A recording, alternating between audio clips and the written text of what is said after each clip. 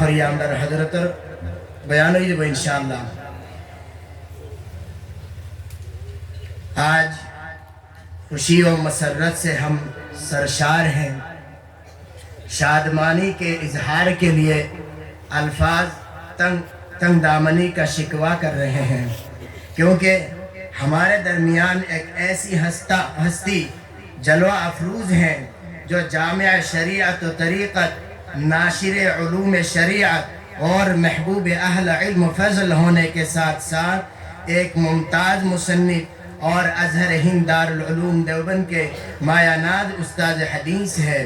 میری مراد ہمارے اس اجلاس کے روح رواں حضرت مولانا مفتی سید سلمان منصور پوری دامت برکاتہم العالیہ ہیں. میں انتہائی ادب و احترام کے ساتھ حضرت کے لیے مشتاق اور دلدادہ اس مجموعہ کو حضرت کا حوالہ کر رہا ہوں اور دست بستہ گزارش کر رہا ہوں کہ حضرت والا اپنے پند و نصائح اور کلیدی خطاب سے ہمیں مستفیض فرمائیں.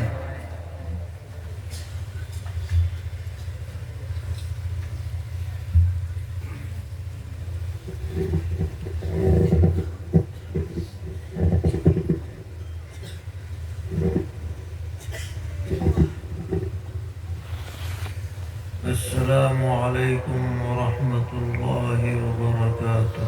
وعلیکم السلام ورحمۃ اللہ. الحمد للہ رب العالمین. اشہد ان لا الہ الا اللہ وحدہ لا شریک لہ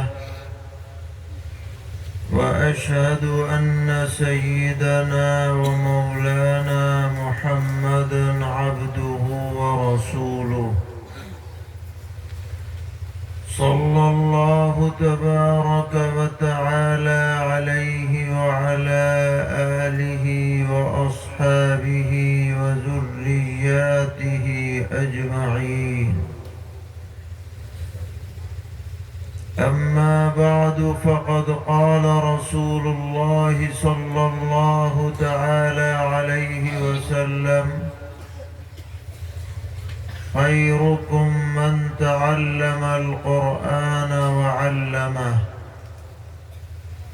أو كما قال عليه الصلاة والسلام. معزز علماء کرام، طلبہ عزیز اور قریب اور دور سے تشریف لانے والے فرزندان توحید، اور جہاں تک یہ آواز پہنچ رہی ہے ہماری مائیں اور بہنیں، بہت خوشی کا موقع ہے کہ آپ کے مدرسے دارالعلوم نعمت پور میں اس سال 14 خوش نصیب طلبہ نے حفظ قرآن کریم کی سعادت حاصل کی ہے، اور ان کے سروں پر ابھی آپ کے سامنے دستاریں باندھی گئی ہیں.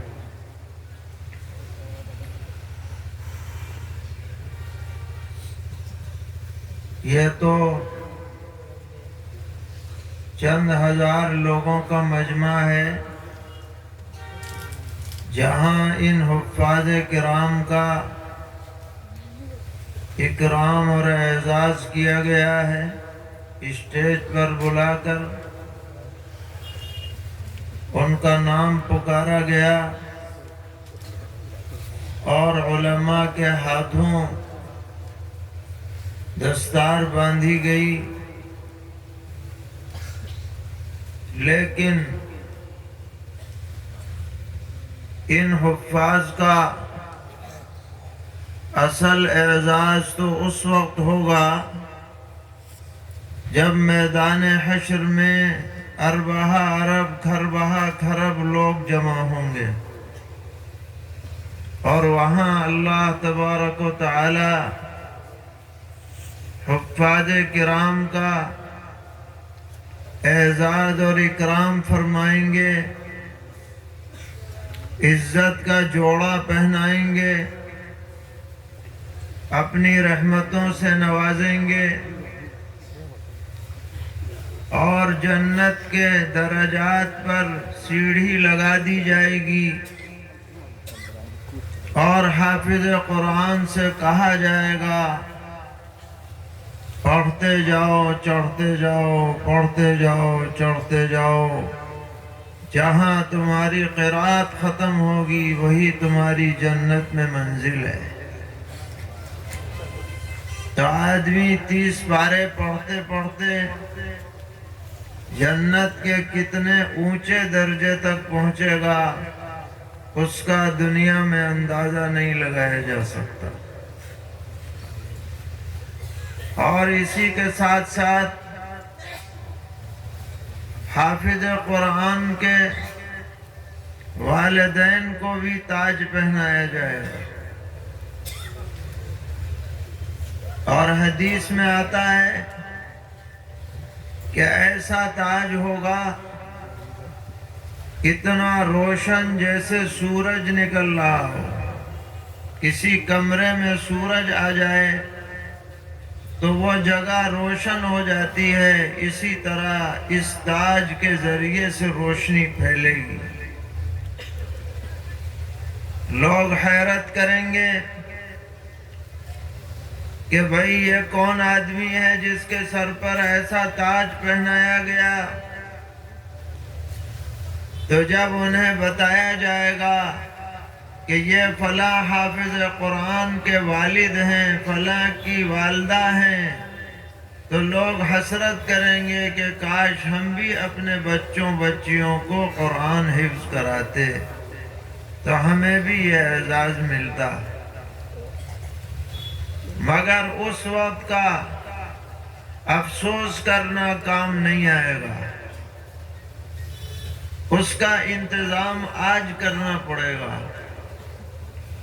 اسی لیے یہ جلسے منعقد ہوتے ہیں تاکہ ان حفاظ کی دستار کو دیکھ کر ہمارے دل میں بھی داعیہ پیدا ہو کہ ہم بھی اپنے بچوں کو حافظ قرآن بنائیں، ہماری نسلوں میں بھی قرآن پڑھنے والے ہوں، قرآن کے حافظ ہوں، قرآن کے عالم ہوں، قرآن کے جانکار ہوں۔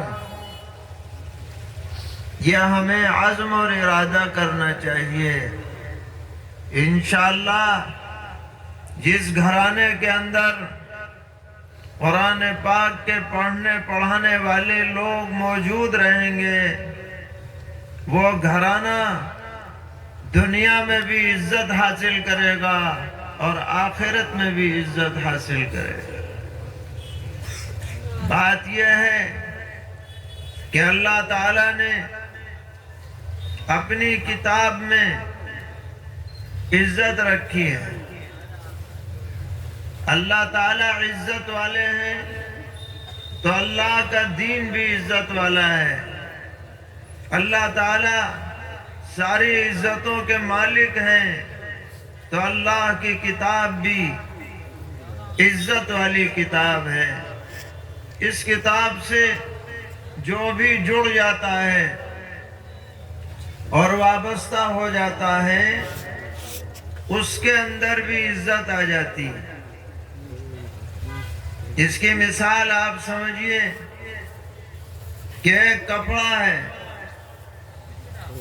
جو بچھایا بھی جاتا ہے، اوڑھا بھی جاتا ہے،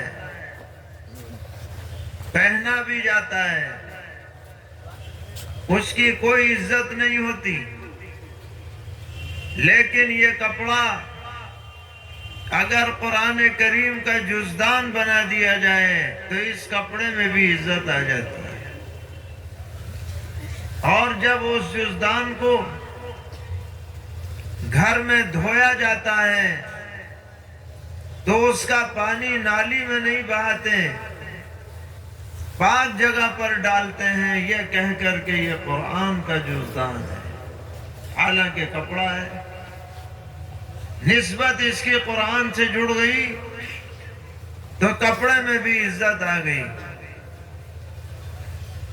قرآن میں جو کاغذ لگا رہتا ہے، جو گتا لگا رہتا ہے، جو دسیوں جگہ استعمال ہوتا ہے، لیکن جب قرآن میں استعمال ہو جاتا ہے تو اتنا پاکیزہ پوتر ہو جاتا ہے کہ بغیر وضو اسے چھونا جائز نہیں۔